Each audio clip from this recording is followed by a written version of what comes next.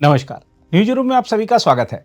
दिल्ली की एक अदालत ने आज 1984 के सिख विरोधी दंगों से जुड़े जनकपुरी और विकासपुरी के मामलों में पूर्व कांग्रेस नेता और पूर्व सांसद सज्जन कुमार को बरी कर दिया। अदालत का कहना है कि अभियोजन पक्ष हिंसा में उनकी भूमिका साबित करने में नाकाम रहा। इस फैसले के साथ ही एक बार फिर वही पुराना और कड़वा सच सामने आ गया है कि 1984 के दंगों में इंसाफ आज भी फाइलों, तारीखों और तकनीकी खामियों के बीच दम तोड़ता दिख रहा है। अदालत ने कहा है कि मामले में ऐसा कोई ठोस सबूत सामने नहीं आया जिससे यह साबित हो सके कि सज्जन कुमार सीधे तौर पर हिंसा में शामिल थे। हम आपको बता दें कि सुनवाई के दौरान सज्जन कुमार लगातार खुद को निर्दोष बताते रहे और कहा कि उनके खिलाफ कोई ठोस गवाही नहीं है। विशेष न्यायाधीश ने संक्षिप्त आदेश सुनाते हुए उन्हें बरी कर दिया। हम आपको यह भी बता दें कि सज्जन कुमार फिलहाल जेल में बंद है और उन्हें पिछले वर्ष फरवरी में सरस्वती विहार इलाके में 1984 के दंगों के दौरान 2 लोगों की हत्या के मामले में आजीवन कारावास की सजा सुनाई जा चुकी है। आज जिन मामलों में फैसला सुनाया गया उसमें जनकपुरी मामले की बात करें तो आपको बता दें कि नवंबर 1984 को सोहन सिंह और उनके दामाद अवतार सिंह की हत्या हुई थी। वहीं विकासपुरी में गुरचरण सिंह को जिंदा जलाए जाने का आरोप था। इन्हीं घटनाओं के आधार पर वर्ष 2015 में विशेष जांच दल ने 2 प्राथमिकी दर्ज की थी, लेकिन लंबी कानूनी प्रक्रिया, कमजोर जांच और गवाहों की याददाश्त पर टिके मामलों ने आखिरकार अभियोजन की कमर तोड़ दी। यहां विडंबना साफ दिखाई देती है। एक तरफ वही सज्जन कुमार अन्य मामलों में दोषी ठहराए जा चुके हैं। दिल्ली उच्च न्यायालय उन्हें 5 लोगों की मौत के मामले में जिम्मेदार मान चुका है और आजीवन कारावास की सजा भी दे चुका है। दूसरी तरफ इन्हीं दंगों से जुड़े दूसरे मामलों में उन्हें सबूतों के अभाव में बरी कर दिया जाता है। यह न्याय व्यवस्था की वह दरार है जिसमें सच अक्सर गिरकर खो जाता है। नानावटी आयोग की रिपोर्ट इस पूरे अध्याय पर सबसे कठोर टिप्पणी है। दिल्ली में दंगों से जुड़ी 587 प्राथमिकी दर्ज हुई, जिनमें से सैकड़ों या तो बंद कर दी गई या उनमें आरोपी बरी हो गए। हजारों लोग मारे गए, लेकिन सजा गिनती के मामलों में ही हो सकी है। उधर सज्जन कुमार के वकील अनिल कुमार शर्मा ने कहा है कि कोर्ट ने उन्हें बरी कर दिया है क्योंकि विकासपुरी और जनकपुरी मामलों में उनके खिलाफ कोई भी आरोप साबित नहीं हो सका। उन्होंने कहा कि हमने कोर्ट को बताया था कि उन्हें टारगेट किया गया था क्योंकि उनकी मौजूदगी साबित नहीं हो सकी। अब तक किसी भी गवाह ने उनका नाम नहीं लिया था, लेकिन अब 36 साल बाद इन्होंने नाम लिया है। आज कोर्ट ने उन्हें बरी किया है तो कोई भी इल्जाम साबित नहीं हुआ और एक्विटल हो गया है। हम विकास जानना चाहेंगे कि कहाँ का मामला था? ये था विकासपुरी और जनकपुरी पुलिस स्टेशन का था। 2 केसेस थे, 2 दिन में बने थे। एक 31 तारीख का, एक 1 तारीख का। तो उसके अंदर 302 तो हम पे लगा नहीं था, प्रेजेंस वैसी साबित नहीं हुई थी। तो हमारा केस था कि दे हैव टारगेटेड हिम। इससे पहले जितने भी गवाह ये लाए हैं ये पहले गवाह हो चुके थे। इन सब गवाहों ने आज से 36 साल पहले कहीं टाइटल इसका सज्जन कुमार जी का नाम नहीं लिया। एक भी गवाह नहीं और एक भी नया गवाह नहीं है। 32-36 साल के बाद आके इन्होंने नाम लिया। तो कोर्ट का फाइनल ऑर्डर तो अभी हमने देखा नहीं। तो मेरे हिसाब से क्योंकि वांट ऑफ एविडेंस है, वही लोग हैं, वही फ्रेश एविडेंस है, नहीं है कोई फ्रेश एविडेंस और फ्रेश वर्जन है, फ्रेश स्टोरी है इनको टारगेट करने के लिए वेयर दे हैव फेल्ड। तो we are thankful to the judiciary for having acquitted. Sir, इसमें सज्जन कुमार अकेले आरोपी थे या उनके साथ कोई सह आरोपी? सज्जन कुमार अकेले आरोपी थे इसके अंदर। ये एसआईटी ने किया था। 2016 के अंदर रजिस्ट्रेशन हुआ था। 5 केस रजिस्ट्रेशन हुए थे, जिनमें से ये एक केस था। तो 2016 से पहले हमारा कहीं भी इन्वॉल्वमेंट नहीं। वहीं पीड़ित परिवारों की आवाज इससे बिल्कुल उलट है। उन्होंने कहा है कि वह हार मानने वाले नहीं हैं, उन्हें इंसाफ चाहिए और वह दोषी को फांसी की सजा दिलाने तक लड़ाई जारी रखेंगे। लेकिन क्यों बरी किया है, किस लिए बरी किया है? आज 42 साल हो गए हमें केस लड़ते लड़ते। ये अंधी बेरी सरकार, हमें तो आस थी कि हमें इंसाफ मिलेगा। उम्र कैद की सजा दी थी इस गवर्नमेंट ने, तो आज क्यों इसको बरी किया, किस लिए किया? कोर्ट ने माना है कि उनका कोई हाथ नहीं था इस पूरे। क्यों नहीं हाथ था? जो ये तो पूरा दोषी है। 18 केस लगे हुए हैं इसके पर, कैसे दोषी नहीं था तो क्यों ये इतने दिनों से ये था बंद था? किस लिए बंद था? ये अंधी बेरी सरकार हमें इंसाफ क्यों नहीं दी? हमें तो चाहिए इंसाफ। हमारा परिवार मारा गया कि इंसाफ दिया, इसको वापस बंद करो। हमारे परिवार का वर्कर्स के लिए सजा दी थी इसको। हाय हाय, हमारा परिवार हमारे 11 बंदे मारे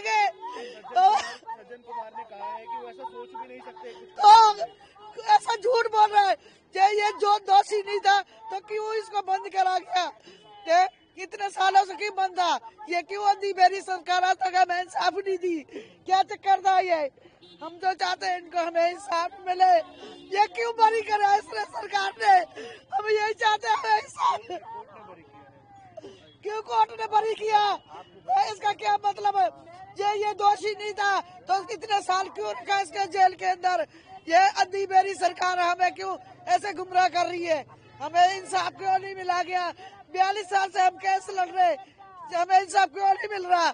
हमारा इंसाफ दो, हम यही कहना चाहते हैं, हमें इंसाफ दो। नहीं, सज्जन कुमार का हाथ है। मैंने खुद केस लड़ा है, मैंने 84 का केस लड़ा है।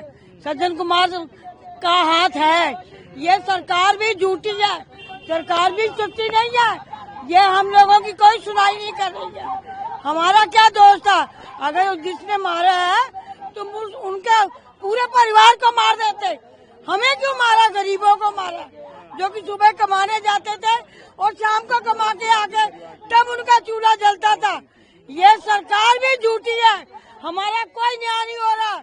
हम न्याय लेकर ही छोड़ेंगे। कोर्ट ने बरी किया है तो कोर्ट ये इनका पैसा चलता है, ये पैसा बोलता है इनका। हमारा कुछ हमारे पास है ही कुछ नहीं जो कि हम चलाए। ये पैसा बोलता है इनका। इसके बाद हाई कोर्ट और सुप्रीम कोर्ट में आप लोग जाएंगे? हाँ जाएंगे, बिल्कुल जाएंगे, बिल्कुल जाएंगे। वहाँ जाके अपनी गुहार लगाएंगे कि इनको सजा होनी चाहिए। इनके पूरे परिवार को सजा होनी चाहिए। इनके पूरे परिवार को नहीं, अगर सरकार नहीं करती तो मिट्टी का तेल की एक बोतल मेरे को दे दे। मैं मिट्टी का तेल डाल के इनको आग लगा के यहाँ से चले जाऊंगी। मेरे घर के 10 जने गए। जब हमारे लाशों के ढेर लगे हुए थे, हम लाशें कूद के आए। सरकार ने हमारे साथ क्या करा? इन्होंने क्या करा? वो सज्जन कुमार तेरा घर का तेरे कख ना रहे। तेरा सज्जन कुमार, तुम अपने बच्चे की फांसी लगा रहा यहाँ पर। वो जो ये झूठे हैं, ये तेरे गवाह ये झूठे हैं। सरकार सच्ची है, हम झूठे हैं। जो हमारे आदमियों को मार दिया, हम झूठे हैं। एक इंदिरा गांधी मरी थी, एक डैड मरी थी, लाखों सिखों का कत्लेआम हो गया, लाखों सिखों का कत्लेआम हो गया। कहते देश की माँ थी तो माँ थी। अब ये हमारे सिखों को बेइंसाफी से क्यों मारा? जब सतवंत सिंह बेन सिंह ने मारा था, उनको फांसी पे लटका दिया, तो इसको क्यों नहीं फांसी पे लटकाया? इसको भी सज्जन कुमार को फांसी पे लटकाना चाहिए था। जब हजारों सिखों को कत्लेआम कर दिया, क्यों नहीं लगाया इसको फांसी पे? दोषी है, दोषी वो कहने में सज्जन कुमार दोषी है। सिखों का इतना कत्लेआम कराया उसने खड़ा होकर आदमी को मरवाया उसने। हाँ, हमारे सामने मरवाया उसने। अभी तो गवाह है। याद है क्यों? जो लोगों ने देखा है तो वो तो गवाह है ना, हमारे तो गवाह है। अभी तो गवाह हो रहेंगे। सज्जन कुमार कहाँ तक बचेगा? बचने वाला नहीं है वो। जाएंगे हाई कोर्ट, जाएंगे हम हाई कोर्ट जाएंगे, सुप्रीम कोर्ट जाएंगे। हम अपने इसके लिए खड़े हैं। हम अपने 84 के लिए खड़े हैं। हम 1 तारीख नहीं मिस करते, हर 1 तारीखों पे आते हैं। हमें कौन नहीं जानता? सारे अंदर जानते हैं हमें कि 1 तारीखों में आती है ये। उसका कैसे नहीं दोस्त था? पेट्रोल पंप इसने फ्री कर दिए गए। इसकी पीरागढ़ी में इसके टायरों की फैक्ट्री थी। टायर पुराने में नए क्या सबको दे दी। गाड़ी भर के जा रहे, जिंदे के गलों में टायर डाल रहे थे और जल रहे थे। जो इनके वर्कर थे वो बोल रहे थे ये सरदार डांस कर रहा है, सरदार डांस कर रहा है। अगर तुम्हारे बेटे के गले में ऐसा ही हार होता तो हमारे सिख भाई भी कहते हैं डांस कर। हमारे सिख दयालु हैं, हमारे सिखों की बराबरी नहीं कर सकता। इससे पूछा जाए जब कत्लेआम हो रहा था कहाँ पे था, इसे पूछा जाए। इसके ने बहुत हमारे साथ बेइंसाफ किया। नांगलोई, पीरागढ़ी, सुल्तानपुरी, इतना इसने बेशुमार इसने फूट गांव सारा इधर से आके टूट पड़ा सिखों पे। कैसे नहीं सोच सकते? ये क्या था? उधर का एमएलए था, इसके हाथ में सब कुछ था और इसने उत्साह दिलाया था। लोग जहां तहां से आगे थे मारने के लिए। और जो 407 गाड़ी है टाटा, वो भर के आए थे। किसके हाथ में डंडे थे, किसके हाथ में पेट्रोल था, किसके हाथ में टायर था। और हो करते हुए घूम रहे थे सिखों के पास, अगर नजर आ गया एक सिख का कोई बच्चा जा रहा, पकड़ो पकड़ो पकड़ो, मारो इनको मारो। क्यों? ऐसा किसने क्या किया था? हमारे साथ में तो इन्होंने जुल्म ही किया ना। और आज तक हम उसी 84 को लेके आज तक हम गली गली में ये समझ लो कि भटक ही रहे। इंसाफ हमें सरकार ने क्यों नहीं दिया? इंसाफ के लिए तरसना, पर ये इंसाफ होता है जो कत्ल करे और उसको बरी कर दो? ये इंसाफ है? बेइंसाफ है। हमें कोई इंसाफ नहीं मिला, नहीं हम आगे जाएंगे। और इसको दो तो फिर आप फांसी दो, इसके अधिकार नहीं जीने का, बिल्कुल नहीं है। आज तक हमारा बच्चा था जब साल का, आज हमारा बच्चा 40 साल है, 45 साल का हो सकता है। वो कहता है ऐसा क्या हुआ? अरे बच्चे आप नहीं जानते, हम जानते।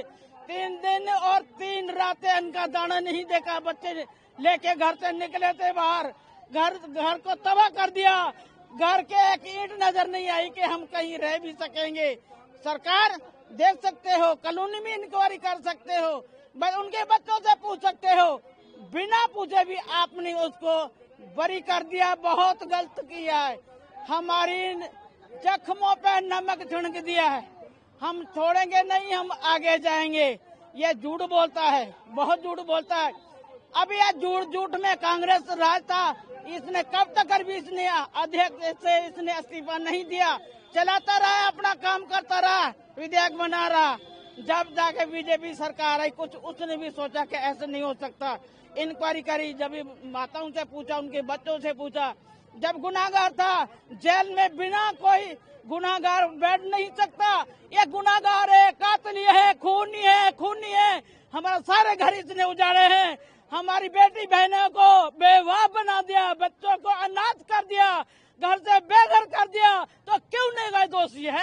दोषी है और आज भी है, कल भी है। इसको अब हम फांसी की मांग करेंगे और इसको फांसी दी जाए। ऐसा नहीं काम चलेगा। ये बरी करने वाला आज भी करेंगे, कल भी करेंगे।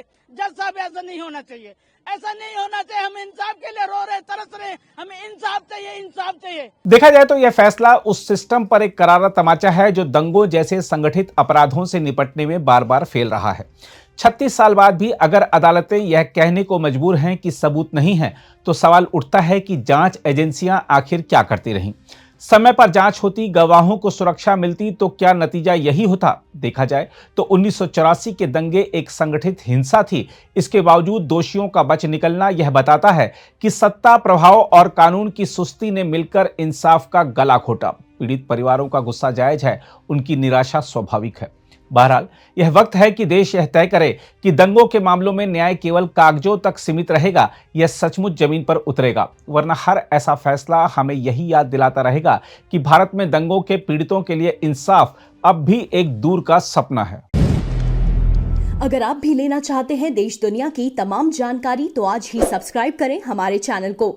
साथ ही नीचे दिए बेल आइकन को जरूर दबाएं ताकि हर अपडेट आप तक पहुंच सके।